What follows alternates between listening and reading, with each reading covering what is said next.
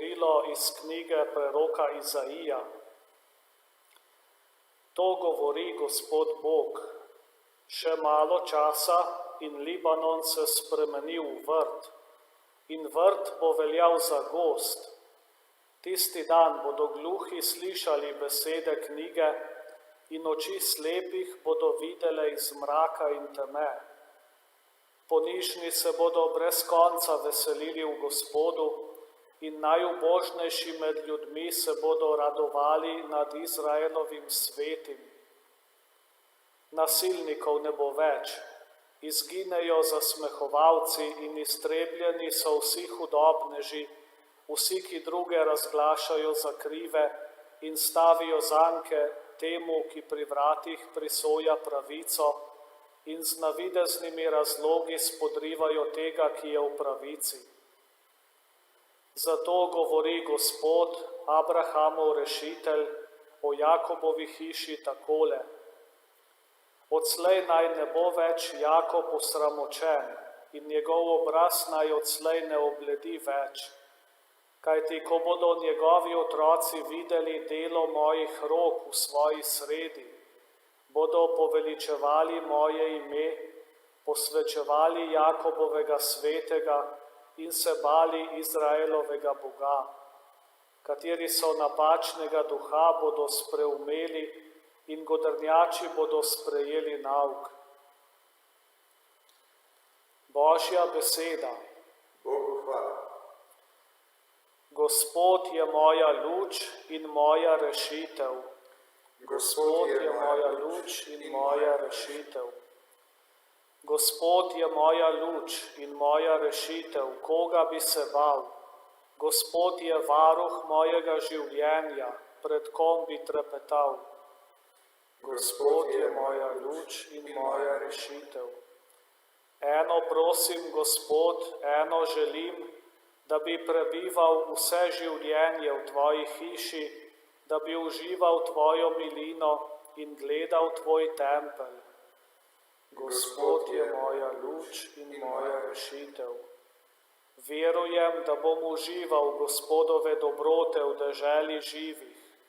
Upaj v Gospoda, bodi pogumen, naj se ti okrepi srce, upaj v Gospoda.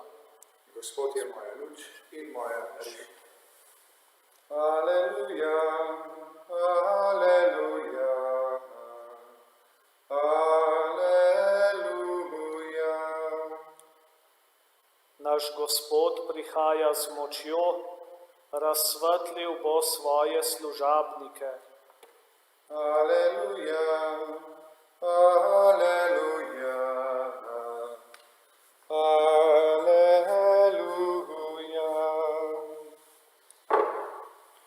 Gospod, z vami In s tvojim duhom. iz svetega evangelija po Mateju. Slava tebi, Gospod. Tisti čas je Jezus odhajal, za njim pa sta šla dva slepa in opila, Davidov sin, usmili se naju.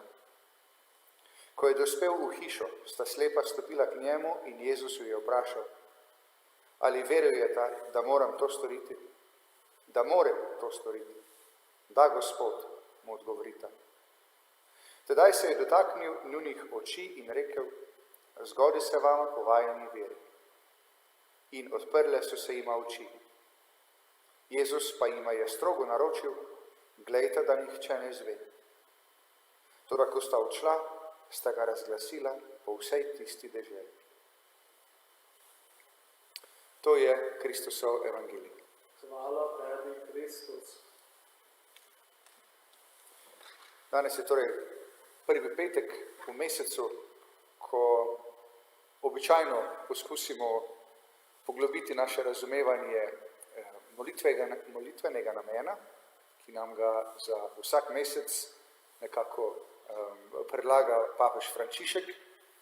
V mesecu decembru se tako ta molitveni namen glasi, da bi se naš osebni odnos z Jezusom Kristusom napajal iz Božje besede in iz molitvenega življenja.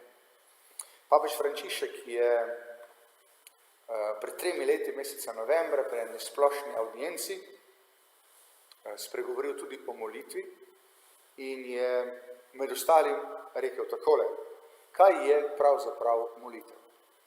Molitev je predvsem pogovor, je osebni odnos z Bogom.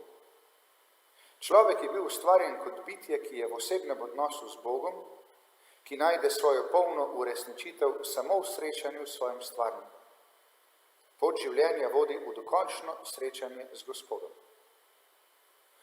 Ustaviti se torej v tišini. Iz skrivnostne tišine z Bogom privre njegova beseda, ki odmeva v našem srcu.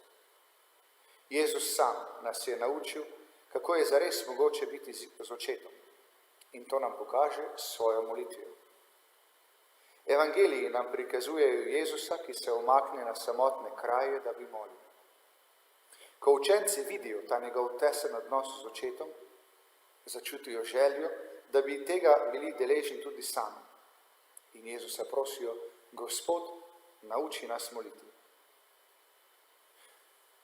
In papež Frančišek nas potem naprej sprašuje, ali se v svojem odnosu z Gospodom v molitvi čudimo, ali pa mislimo, da je molitev pogovor z Bogom na način, kakor to počnejo papagaji. Ali dopustimo, da nas Bog preseneti, kajti Bog je Bog presenečen. Srečanje z Gospodom je namreč vedno živo srečanje, ni muzejsko srečanje. Je živo srečanje in mi gremo k maši in ne v nek muzej.